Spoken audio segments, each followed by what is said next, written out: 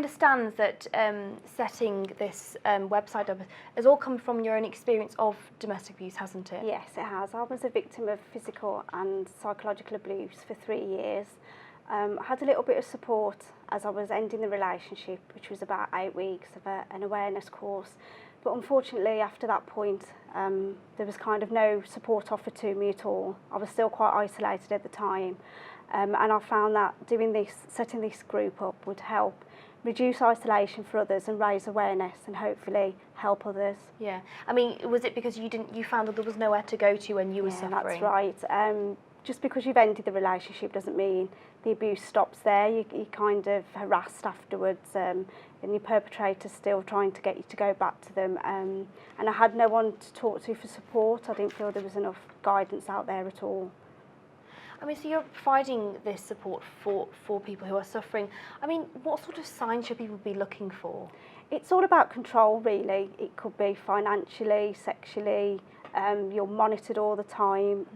Your phone isn't your own anymore. That's kind of monitored as well. Sometimes if you put it on silent, they kind of know. So it's all about control, really. And imagine that support base is so crucial, because I imagine it takes a lot of courage to make that first call. Oh, absolutely. You love that person, you do love that person, and you believe that they love you. They say all the right words, they say all the right things, but their actions are very, very different. And many victims aren't physically abused, so it's quite difficult to know that you are a victim. So it can be quite difficult without this awareness and this support group to actually know that you are a victim, and it holds people back from speaking out and getting the help that they need. And I know domestic abuse is commonly associated with women being abused, but it's not just women, men do suffer from it as well. They do. Women, men and children are all affected by domestic abuse, and what SODA are hoping to do is raise awareness and offer a support package to any victim, irrelevant of age, gender or postcode lottery. We're not about that, we're just about supporting those that really need the support. I mean, so in terms of if you are suffering, who would you ring? Would you ring you? Would you ring the police? Where would someone go? It takes a lot of courage to phone the police. You feel judged, you feel that you're not going to be believed or heard.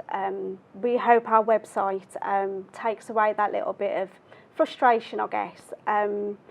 But the police is usually the first port of call. Say the first port of call, it's normally you suffer 35 different incidents before you do find that courage to speak out.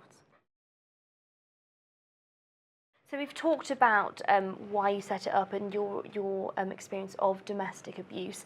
Can you tell me a bit more about the SODA Club? What does it actually do and what support does it provide? At the moment, we offer an online support group, which is actually on Facebook at the moment. It's a locked, secure group, which means people might see that you're part of the group, but whatever's disclosed in the group, no one else can see. We also have our own personal website in which people can contact us that way, which a lot of people do by email.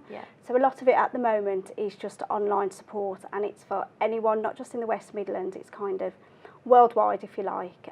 But we're hoping to expand, and we're hoping to get out into the community and work with professionals and agencies as well as victims of domestic abuse. Yeah, how important is that, really, getting out there and getting the word out and working with different organisations? I think it's really important, especially at the moment with the prospects of various cuts going on. I think it's quite important that people out there know that there are support groups available to them, and with professionals and agencies being so busy themselves, they might not have any agencies to refer victims to. So victims might be left alone, they might have no other option but to go back to the perpetrator. We want to cut that out and help them strive forward with their own future away from domestic abuse. Yeah, and I know we have been talking as well about police cuts. They could prove a problem with people just ringing up. How does that work? I feel that's going to be quite difficult if there are cuts made. It takes a lot of strength and courage to phone the police in the first place. With bad publicity and things that go on in society, police don't often get the best press, and that doesn't give victims enough courage to speak out. The cuts, I think, will further endanger victims and could make them even more vulnerable. They'll feel they've got no safety procedures, and they've got nowhere to turn, so they might just stay with their perpetrator for the sake of that reason. And obviously, these victims, they've made the call, they get in contact with you. What's the immediate response they can expect? We respond very, very quickly. I think that's quite important. You can't afford to leave people hanging. So we always email or text back straight away. We let them take control. They can tell us as much information as they want. Sometimes it's just about knowing that someone understands, knowing that someone's been there and come out the other side. It gives them hope and inspiration for themselves.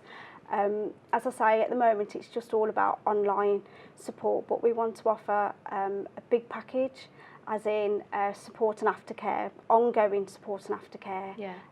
That isn't a postcode lottery to anyone. That isn't support just because you're female. Because you want an actual base as well, We do, don't you, rather yes. than just the online presence. Yes, we do. We want base where people can feel the need to come in whenever they want. There's no set appointment, no time. We work around them. We let them take the lead rather than it being 9 till 5 and coming at this time. We kind of just want them to know that we're there for them when they need the support. And there we talk about you want the actual base, but you have been a big tweeter, haven't you? It all started online, Yes, didn't it, for you? This is where Soda really originated from. About 2-3 years ago, I set up a Twitter account, didn't really know what I was doing. And I just basically tweeted about domestic abuse, the signs to look out for and that kind of thing. And before I know it, I now have about 3,500 followers, a few famous people as well, which I'm always thankful of their support, obviously. Just getting the word out and reassuring people that there is support out there. And just finally, quickly, how vital is the aftercare? It's very, very vital. Many people who don't get aftercare can often go back to the hands of the perpetrator. They've often been isolated from friends and family and life itself, so it's very, very important to help them strive forward. And I believe you got involved also similar to Sam because of your experience with domestic abuse. Yeah, I experienced 5 years of a really abusive relationship, resulted in having my son through that relationship as well. Like most abusive relationships, it doesn't stop there. It carries on for years after. The fear, you know, you think twice when you do something. You're afraid to get involved with friends and families and activities. You just shy away from the world, and it's really, really daunting. And how did you find a way out? I found a way out through a friend that actually gave me a helping hand, and she started to make me realise that what was happening to me was wrong, because I kept it very quiet, but she saw the bruises on my face, because I used to go to this play group every week, and then she'd see the little signs and she'd be like, what's going on really, you know, at home? I'd be like, no, everything's fine. You know, you put a mask on and you disguise it very, very well.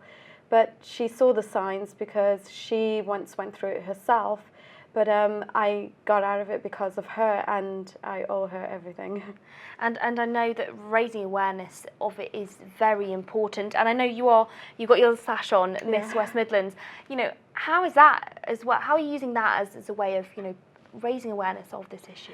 Well, I'm Miss West Midlands because I joined a pageant, and I joined a pageant a couple of months ago called Miss Global. So I took Soda with me there to promote and to say to the world, because there was delegates all over the world, to say this is what I'm doing and it's amazing, you know, because not a lot of people speak about abuse and domestic, you know, especially when it's happening at home.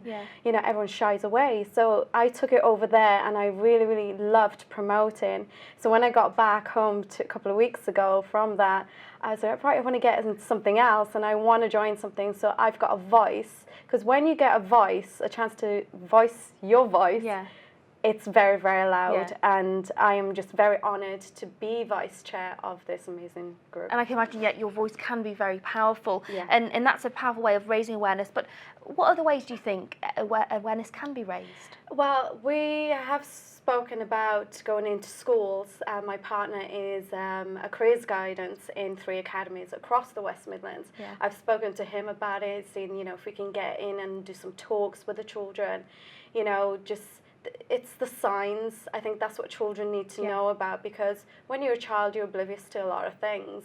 But if they are educated to know, okay, these are the signs of abuse, then maybe they can start talking out as well, and actually finding comfort as well in talking to an adult about these things. And imagine, like you've experienced, I imagine the signs are hard to spot, aren't they? Very, very hard. You get brainwashed, you get manipulated. You actually are very naive when you're in that state of mind, and everything is just black and white. Whatever that other person tells you, you believe it. There's no wrongs. It's just right, because that person has said it. When somebody else comes into your life and they're like, no, this is not wrong, it's very hard to adjust. It's very hard to absorb and think, hang on a second, is this person wanting something from my relationship, or are they really genuinely saying it, or am I just oblivious to everything? It's very hard because you're battling with yourself. And just fine, I know soda's very influential in getting people to, begin to move on. I mean, how do you begin to move on after you've suffered something like that? You really need a support group, and this is where soda comes in. The support group, you can share stories, you can encourage each other to, start living a normal life. What you should be living, how you should be living is to the fullest, being happy and doing all the things that you should have been doing before the abusive relationship.